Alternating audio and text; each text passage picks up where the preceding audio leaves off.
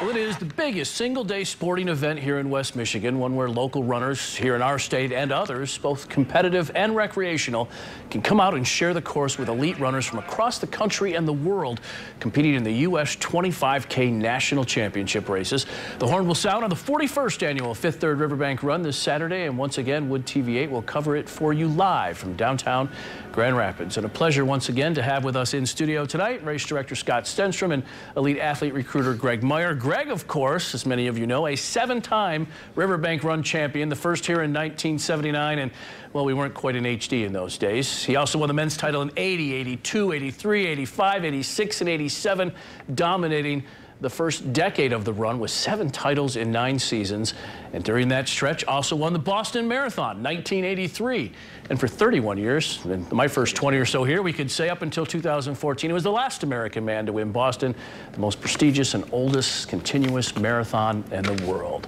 What do you think when you see that video there, Greg? I had hair. And I was thinner. Yeah, weren't we all? Thanks for being here tonight, gentlemen. And I guess, first of all, this really is the biggest single sporting event in Michigan. It's in West Michigan, for sure. It's crazy the amount of people that come out. Yeah, it's a great day.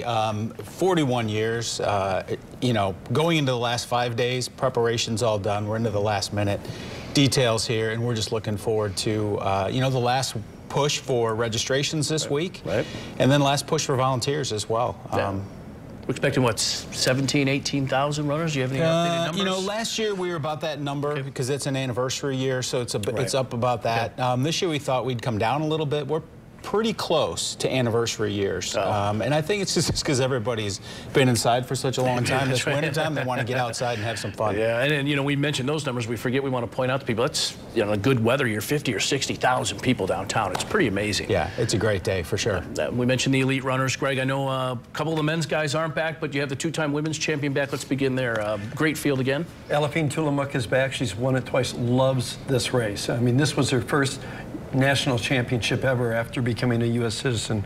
She'll be chased by Lindsay Scherf, who was second to her 2 years ago and won the race 3 years ago.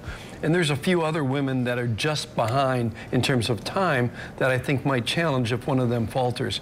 But they'll be chased by the men again this year in the race within a race. And we've got some good guys that can run, even though we've lost a couple of folks due to injuries. Yeah, Jared Ward and Crystal Landry are both out with injuries.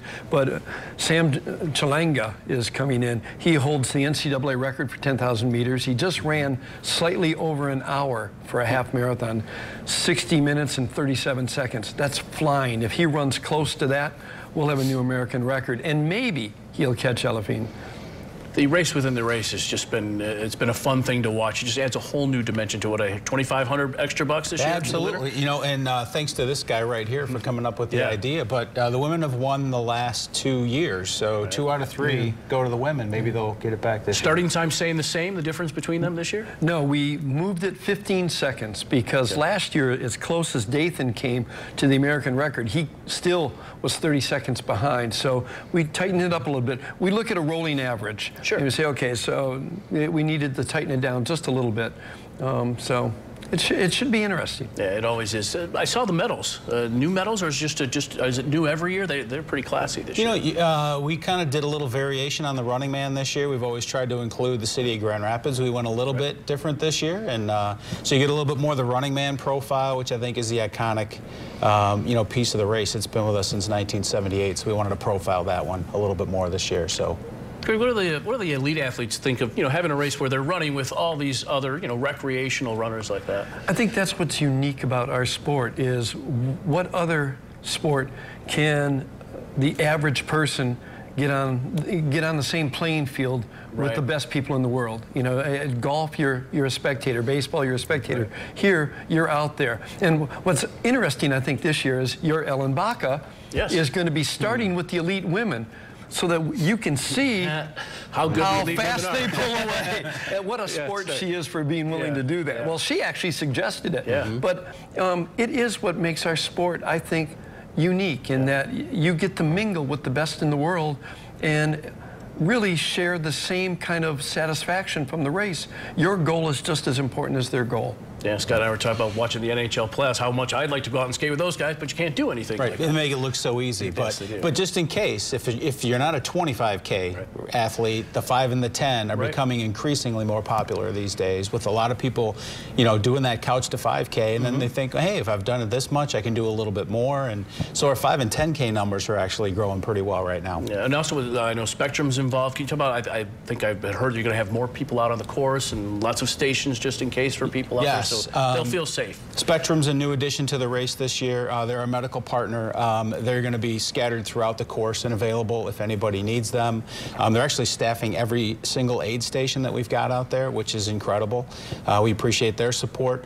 Amway's an additional partner this year. They came on last year. They're going to be our sports and fitness expo sponsor, as well as they have the Power of 5K. They're going to be the presenting sponsor for the 5K race this year, and then Dematic's our 10K sponsor. How much work goes into bringing this field in here every year at these elite athletes? It's a process. You know, you start early, right around the first of the year. Always start with our defending champions, trying to get them to come back. And then it's just a matter of oftentimes negotiating, you know, because everybody wants airfare, this, that, or whatever. And you look at the talent level. And you try to sort of balance the budget with the talent level that's coming in, and it's actually fun. It's a fun puzzle to put together, and I'm sort of like the airlines now. I overbook early because I know we're going to have people drop out in the last 3 to 4 weeks, and that brings us back down under. It's been a fun puzzle over the years. Yeah, and I think that's what makes it great, because there's so many people involved. They realize it's just this great city event or state event, but it is a national championship race. Final registration date. You have big expo on Friday again this year. Yeah, online registration closes midnight Tuesday night, but you can still register live on Friday at the Amway Sports and Fitness Expo, and that goes from 11 until 8 o'clock. All right, hope to see you out there, folks. And again, we'll have it live for you here on Wood TV. Guys, thanks for coming in so much, and good luck on Saturday. Hope the weather holds up. We're good. We're good.